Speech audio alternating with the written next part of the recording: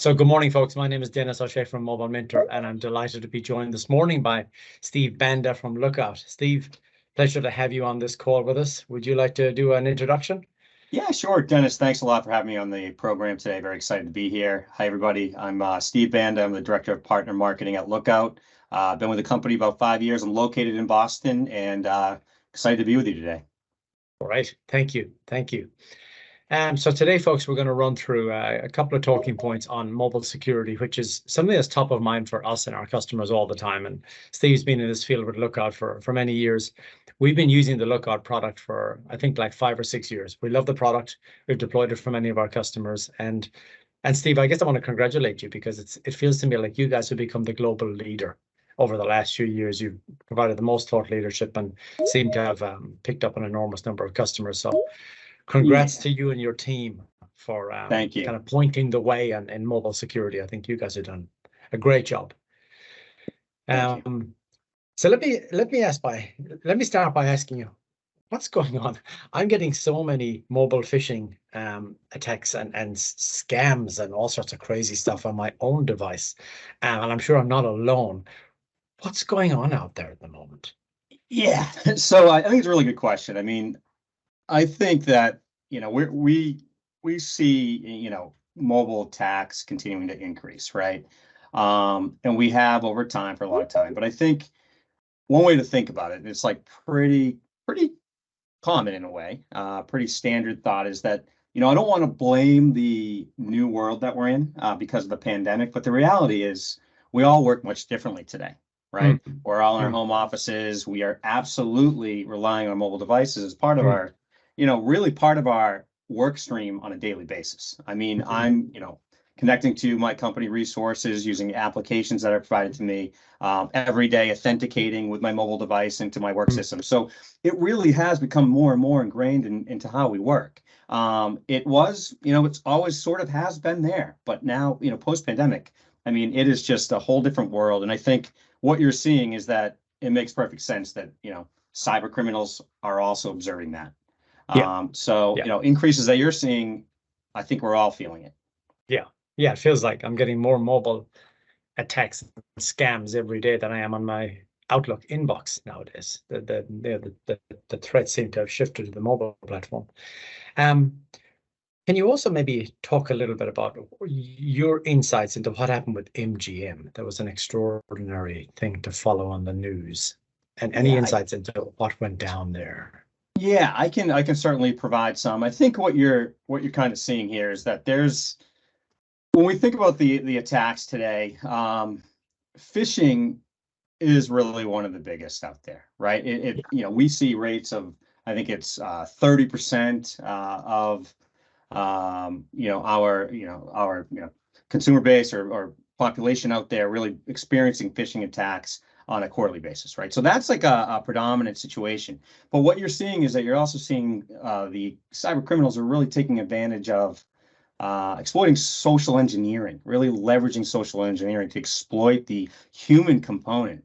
And one of the best ways to do that, honestly, is leveraging SMS phishing attacks. I think, to your point, you make the comment about, maybe you're not getting as many phishing attacks in email. The reality is like 85% of phishing that hits mobile happens outside of email, happens on SMS, happens through messaging apps, social messaging apps. So when you turn to, what happened at MGM, there's like a class of sort of threat actors that employ, SMS-based sort of social engineering tactics.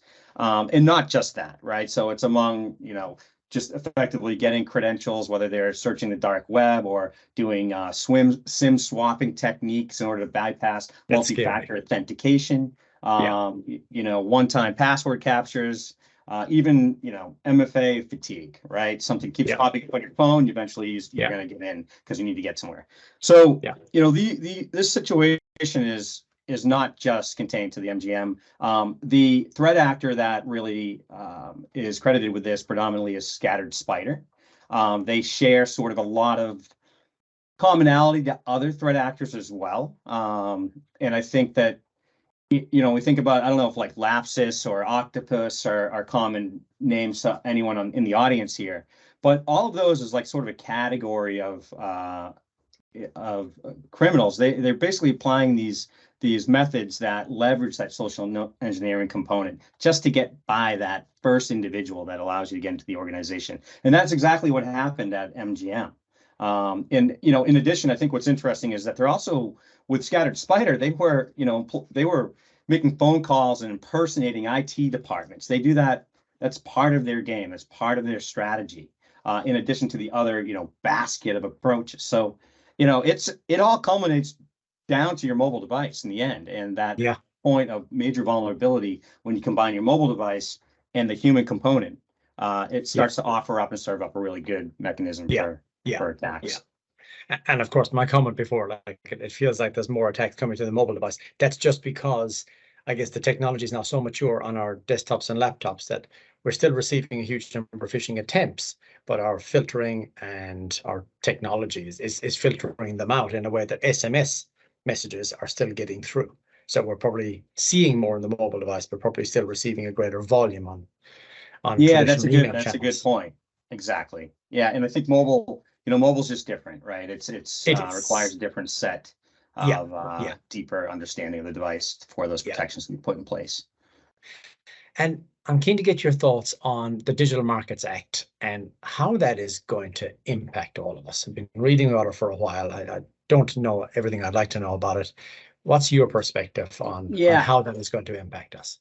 So I think it's pretty interesting because I think for forever, really, when it comes to iOS, we've always relied on Apple, right? We have sort of, I don't want to call it a fully false sense of security, but to some degree it is, at least from our perspective, it always has been.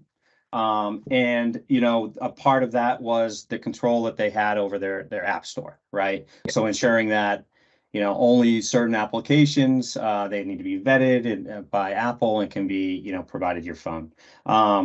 So I think that control is what really we're talking about here, is that especially in the European Union, or initially anyway, enabling the side loading of third-party apps that are going around the App Store and sourcing your apps in other places. From our perspective, I think there's a lot more information to come from Apple. I don't think they've completely broken down from the technical component every nuance that we are going to get. But so I believe there's some more to come. And I know that I think the deadline is in like March 6th or something, that it's effective.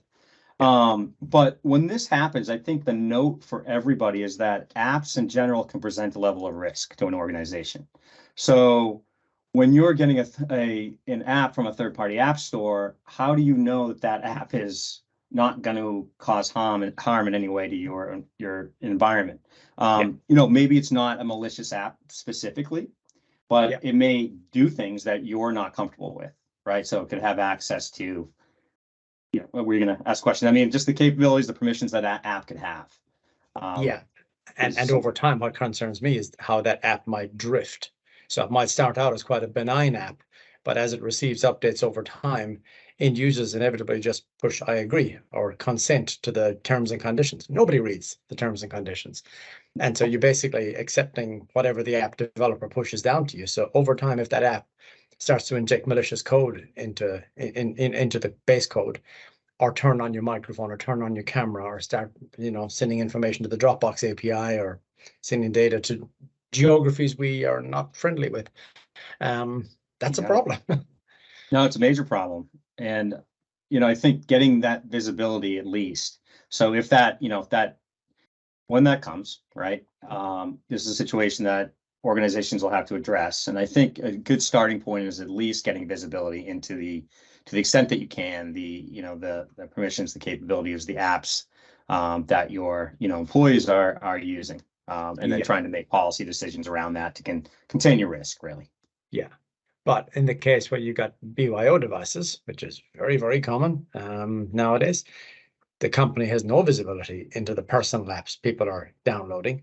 And in a world of app side loading, someone's going to see an app advertised on social media, think that looks useful. They download it, they click I agree or consent to the terms and conditions. And now there's a code base on your device that the company knows nothing about. Nobody is inspecting. Apple didn't look at it and put it through the ringer like they used to for the last 15 years. What have we got on our devices? And where's our data going? Yeah, and I think you're making an interesting point. I mean, I know that without an MDM on the device, right, when it comes to Apple, the iOS operating system, I think the apps are not really as available to control and see. So that's a really good consideration. So this Digital Markets Act, this is European legislation. This is passed by the EU. How much is this going to impact people in the United States and the APAC region? Is it going to be like GDPR that eventually it's going to creep into other geos by default? What's going to happen?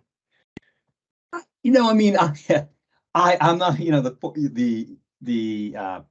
fortune teller here, but I would say that is a highly likely scenario. I mean, if the past is any, prediction of the future, I think that you're going to see that this does creep over time. So again, I think it's something that we have to keep on the forefront as we watch this evolve. Right.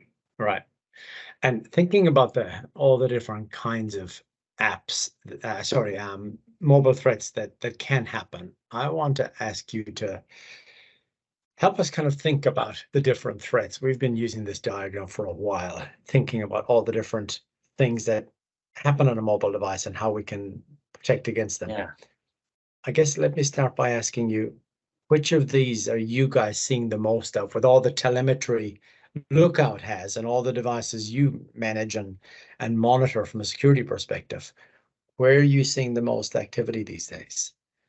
Yeah, so I think what you're looking at here is it's an interesting diagram because you're talking mobile threat vectors, and I think just to make just an obvious statement potentially is that we're really talking about layers, right, and tactics. If we look at like a mobile kill chain, for example, I think typically what we see is it starts with phishing, right? I mean, we talk about phishing all the time. Everyone knows it's a major threat. It absolutely is. From an encounter rate perspective, it's where we see the most activity. With that being said, and that being SMS phishing as well as phishing that is in social applications, right? So with that being said, that being really the entry point, we often talk about that being really the what do we call it, the tip of the spear when it comes to a larger attack, right? So that's your entry point. But then from there, really, that phishing attack is doing a couple different things, right? It's going to take you down the path of malware infection, right, which you have here, and that can be pretty detrimental. I mean, there's maybe you've heard of Pegasus or Predator as like kind of some of the more scary sort of spyware situations that are out there. So depositing something on your device that's spying on you and collecting information and potentially reading your text messages and listening to you, all that great stuff, exfiltrating data, and you don't know what's happening, right? So I think kind of backing into your question, because I think that's one path. The other path with phishing is they're just trying to steal credentials for a broader attack. So absolutely, phishing takes the cake in terms of like a frequency and encounter rate perspective. Malware infections are right behind it, and I think one thing we don't tend to see as much of are man-in-the-middle attacks. It's not something that really comes to our rating from a encounter rate perspective, and others could disagree with this. But from a frequency perspective, I think we're finding that it's really most the ROI is there for phishing for these organizations. And then on here as well, you have some of the other pieces, the MFA bombing. I mean, that really is a pretty sophisticated attack vector. Really pairs very well with SMS phishing. So these start to really play in a common area and have relationships between them. And then just to comment too, app vulnerabilities. I think this is a really interesting one too, because obviously keeping up with your app updates is super important. I think we can reflect back on if third-party app stores are opened up, this even calls into question more severe situation there. We have some great protections against app vulnerabilities to an extent that we can actually ensure that across your mobile device state that you can establish, hey, a certain level of app app level that you require across your applications. We can do that on Android. We can do that on Android as well. So you can set policies. So if there was, an application out there that had a security patch level that was not up to the appropriate level, we're able to identify that even in that highly fragmented ecosystem of Android apps. Yeah. So patch compliance essentially at the patch compliance. Yeah, that's a good way to summarize it. Yeah. Yeah. Okay. And of course, the thing that worries us is that there's a belief, I think, in some organizations still that MDM takes care of mobile security.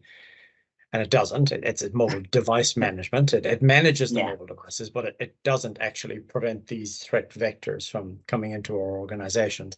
And even mobile application management is useful for protecting company data, but it doesn't stop bad actors coming in from the outside.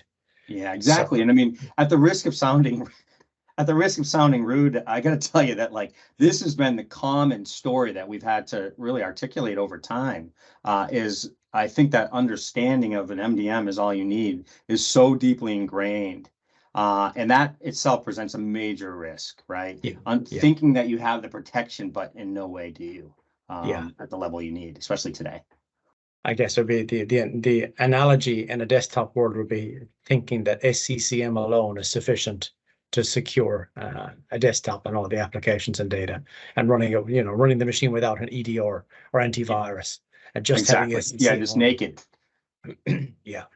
So our team put together a really neat graphic to show the 3 different layers: MDM, mobile application management, mobile threat management, to kind of show how they layer. And I thought it was really useful, and be good to get your thoughts on this as well.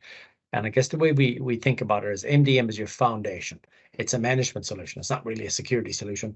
It's got some security features, but essentially it's pushing down an XML profile to the device that sets up how it's configured, and will deploy a certificate, maybe a profile, install specific apps, enforce some policies, update the OS, but that's it. That's the limitation of MDM. And the limits, of course, are the APIs provided to us by Apple or Android. And then MAM goes further. That's a DLP solution, really, to protect the company data and restrict people from opening their company attachments to the wrong application, like preventing people opening an Outlook attachment in Dropbox, or saving into Gmail, or forwarding to Gmail, or doing stuff like that. So it's really DLP, but neither of those are the kind of security solution to block those 8 threat vectors we talked about. So that's where we need something like the Lookout product to detect when an app is sideloaded and kind of raise a flag and say, "Oi, this looks like a dodgy app that did not come from a vetted app store," and then detecting when there's app vulnerabilities, SMS phishing, and then the inappropriate app permissions, turning on camera, turning on microphone, or accessing contacts inappropriately, and then in the middle. So what are your thoughts on this kind of layered approach? Yeah, no, I think you've absolutely nailed it. I mean, all 3 are generally required. I think the relationship that you want to really kind of, or that I would communicate to the audience here, is that it's that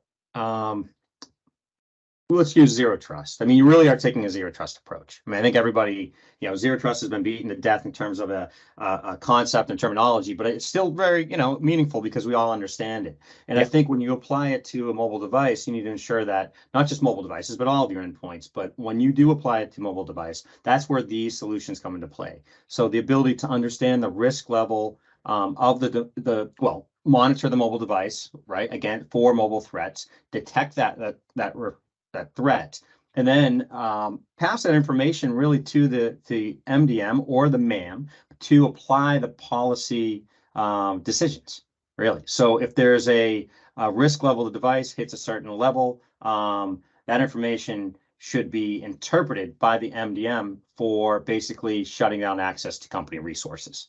And that really that's a key component. So that really brings into consideration, how do we make this full, comprehensive, zero trust mobile platform? And that is the combination of MTD or MTM with MDM. Man. Right. Is this enough? Are there other missing layers in the stack?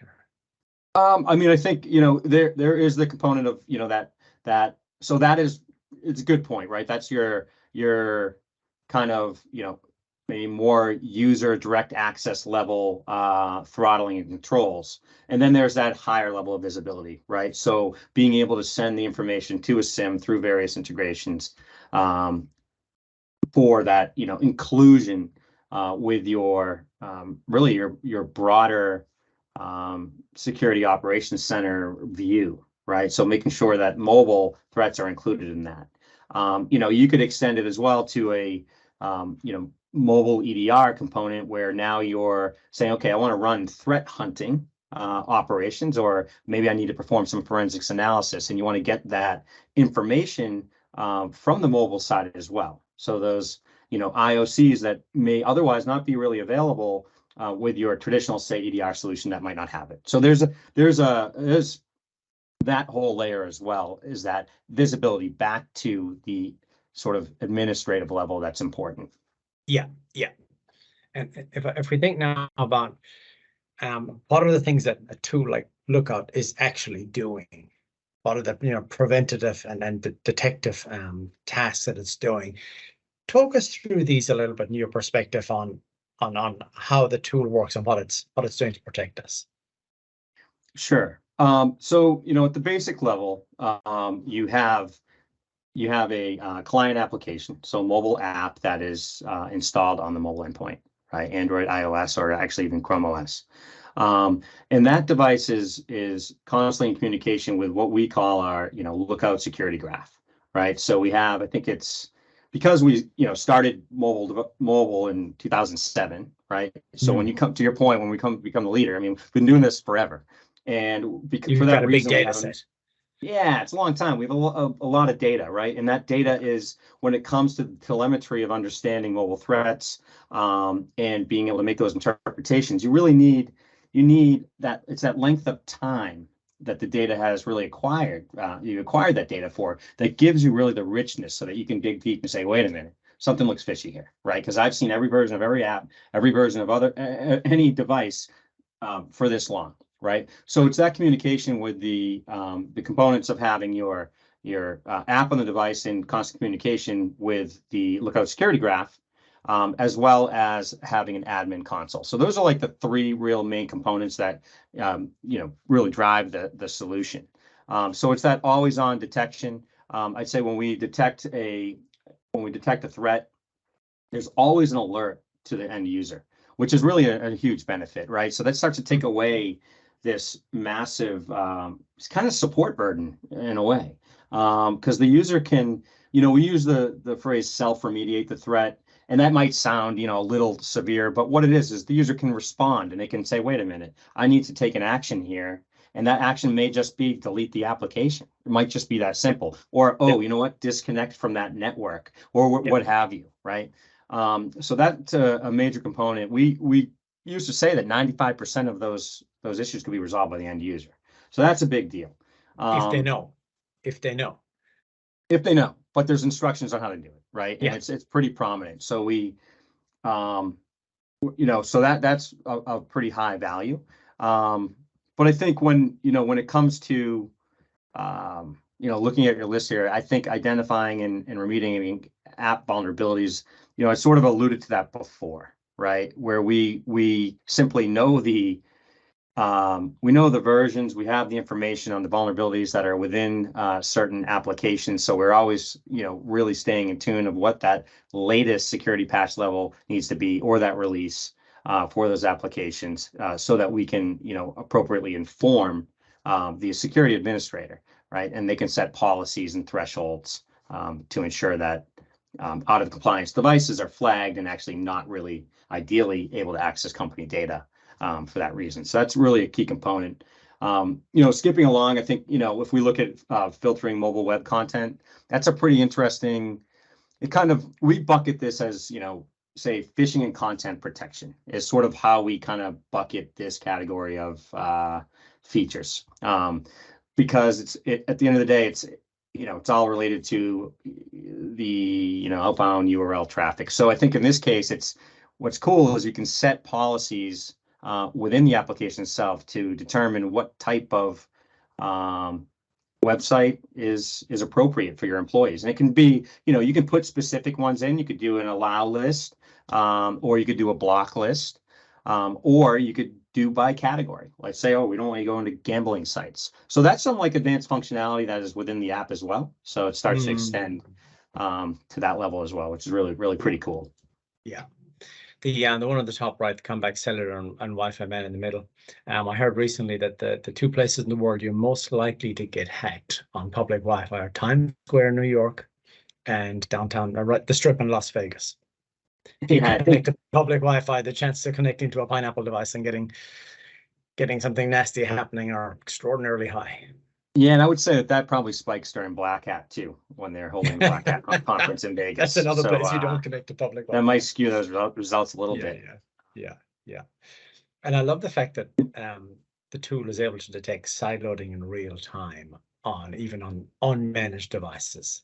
That's super powerful because we have to assume BYOD users will download whatever they want from wherever they want. But if there's I guess the ability to detect that this is a bad app and let them know, that's really powerful. Yeah, no, that absolutely is. And I know I skipped around here a bit, but just to kind of highlight a few of the key pieces. I mean, even to the extent that you can prevent inappropriate app permissions. I mean, I think that is that's pretty interesting, right? So we had a case earlier in the year where, TikTok was kind of banned for government employees in the US.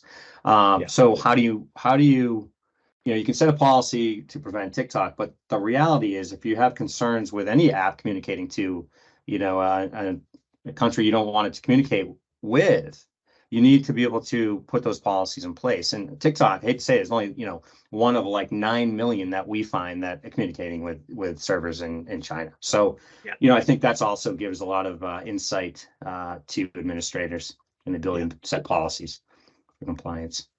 Steve, as we think ahead into 2024, these threat vectors are all alive and coming at us. The Digital Markets Act is going to probably force Apple to open up sideloading. The situation is going to get worse before it gets better. Let's assume that our clients are doing the basics. They've got an app store. They're presenting the correct version of the apps they want their people to use. And that's important because I think we learned from Lookout there's like 120 different variants of the Salesforce.com app. There's only one legit one. All the rest are malicious in some way. So let's assume we're presenting an app store company portal or something. Let's assume we're baking our Wi-Fi credentials into our MDM profile, so we're not exposing them. Let's assume we're using biometrics and not typing passwords all day. We've maybe got a certificate. Hopefully we've got a phish-resistant MFA. We've got some DLP controls around our company apps like Teams and Lookout and Excel and Word. But then beyond that, the missing step for most organizations we talk to is deploying a mobile threat agent, a tool like Lookout, and getting themselves set up so that all those threat vectors we spoke about can be dealt with in a way that MDM can't deal with them or MAM can't deal with them. So I guess what we're advocating for here is that 3-layer approach. You need MDM. It's a non-negotiable, really, in a corporate environment. You should have MAM to protect company data if there's any PII or PHI. And then we're advocating for mobile threat management to protect against all the nasties that are coming at us from the outside. Yeah. No, I think you nailed it. Oh, sorry. And I was going to say, anything you want to add to that? Because that seems like a pretty obvious linear path, but please help. I mean, it is. And I think it's pretty. I think if you do those, you are, bringing it really forward to the degree that you've made a lot of good progress in this direction. But I think more generally, when an organization, I kind of maybe alluded to this earlier, I think as you go forward, really that concept of ensuring that you have a zero trust sort of framework and mindset in place as you're going forward. So, you want to ensure that you can, protect access, through authorized accounts, protect the data leaving that environment. It's I think these are the things. If you take that sort of zero trust approach in addition to the concepts that you laid forward, you're really starting to reduce your risk quite a bit, while at the same time, you're reducing your risk, but you're also enabling your organization to work that they need the way they need to, right? And I think that's a key piece that often we forget is, it's fun to think we can lock down every device, but the reality is no one will want to work for your company. And also, You know, it's just not the way things work these days. So you need to have up that optimal mix. And we've got to get the balance right between security and employee experience. You know, it's a battle we fight every day, because if you over-secure, people are going to find workarounds. Exactly. And if you under-secure, you're going to get breached. And so it's a never-ending trade-off between security and the employee experience. And we've got to dial it in. We've got to get that balance. Yeah, and I mean, I think, you know, I think you alluded to it, but you know, I'm just curious, you know, Dennis, from you come from, you know, obviously the management discipline a bit more than I do versus the security. Are there any like sort of, you know, basic hygienes beyond the ones that you've mentioned that you think, I don't know, they're like top 3 or so that you would drive home for the audience, or maybe more? Like the debate I like to have with most of our customers is around embracing biometrics. And the example I give is I grew up on the side of a busy street in Ireland. There were 6 siblings and my family, and the school and the shops were on the other side of the street. So we had to cross a busy road every day. And most of the families lived on our side of the street. You wouldn't believe how many kids got knocked down by cars as we were growing up over the years, because we had to cross the road, right? Because it's just a fact of life. Wow. And I say the same, if you're asking your employees to type out their passwords all day, every day, it's only a matter of time. It's like asking your kids to cross a busy street every day. It's only a matter of time. So, you know, we all need to break the habit of typing out passwords. They were a great invention in 1961, but we're now moving into 2024, and we're still using a 60-year-old technology construct, which is madness, because it's getting us hacked. We know, you know better than anyone. I think it's 121 people get phished every second. So before I finish the sentence, you know, it's probably 1,000 people just got phished without realizing it. Wow. And so we absolutely have to, you know, kick the habit with passwords and go biometrics. That's one. That's the first thing. Yeah. Secondly, if we're going to allow BYOD in our companies, we absolutely need to mandate MAM policies. You know, protect the data if we're not protecting the underlying device. And there's 2 parts to that. We need to have, you know, mobile application management and Lookout, our product like Lookout, to protect against the external threats. And then I guess the third would be hiding as many layers of security as possible. Certificates are great. It's another layer, another security factor, but it's hidden. Wi-Fi credentials baked into the profile, they're hidden.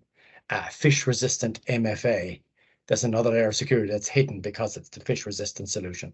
So we love solutions where we can have an extra layer of security that's hidden, so it helps us get this balance between security and the employee experience. So that would be my top 3 as we think about going into 2024 and going to the next level.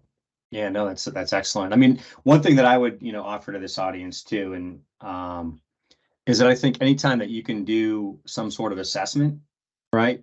Yes. Maybe you need that convincing. Or maybe you just need to see it, or you need to convince somebody else, or whatever it is, right? One of the things that we do at Lookout really successfully, and I know you guys are offering this too, I believe, is that, you know, a mobile phishing risk assessment. You know, it's easy and it's light to stand up and quick to do. And it generally provides the results that are, let's just call them generally eye-opening for many. And that can start, you know, great conversations in the right direction, if nothing else. That's great. And like, if you're willing to support us with that, I think we offer that to the attendees on this webinar. The purpose of today was meant to be informational and educational, not a technical deep dive. But I guess my comment to the audience would be, if you've got any technical questions, please put them in the chat and we'll get somebody who's more technical than Steve and myself to answer them. But also, if you're interested in that mobile phishing risk assessment, put a message in the chat as well, and we'll reach out to you and initiate that. And that's to our Lookout runs a simulation, sends an SMS message to a predefined audience that you select. And we look to see how many people click on the link and how many people take the bait. And it's a great way for you then to start the conversation internally around, here's our risk profile, and we're humans. We're vulnerable. We're vulnerable human beings that tend to click on links and open text messages. And that's just a fact. For being human. Yeah. Well, Steve, I want to thank you. This is a fascinating subject, and you've helped enlighten all of us. And thank you again, and congratulations for the work you guys do at Lookout. You busted me about 7 years ago when our company first got Lookout. I was still in New Zealand, and I bought a golf app that used to show you the distance you are from the hole, and you could track your scores and the scores of your partner. And our guys got Lookout and came to me on Monday and said, "Oh, sorry to tell you, but that's a dodgy app. It's harvesting your data. You're accessing your contacts and calendar and all this." And I paid $18, $18 US. So I was seriously unhappy, but I had to delete the app because That's a lot for an app.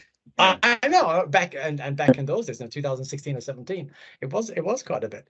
But it showed the tool was doing what we want the tool to do and probably protected me and my company. So thanks to Lookout. Yeah, that's cool. That's a good story. Thanks for sharing that one. All right. Well, thank you, Steve, and thanks to your Dennis. company for the great work you do in protecting all of us every day.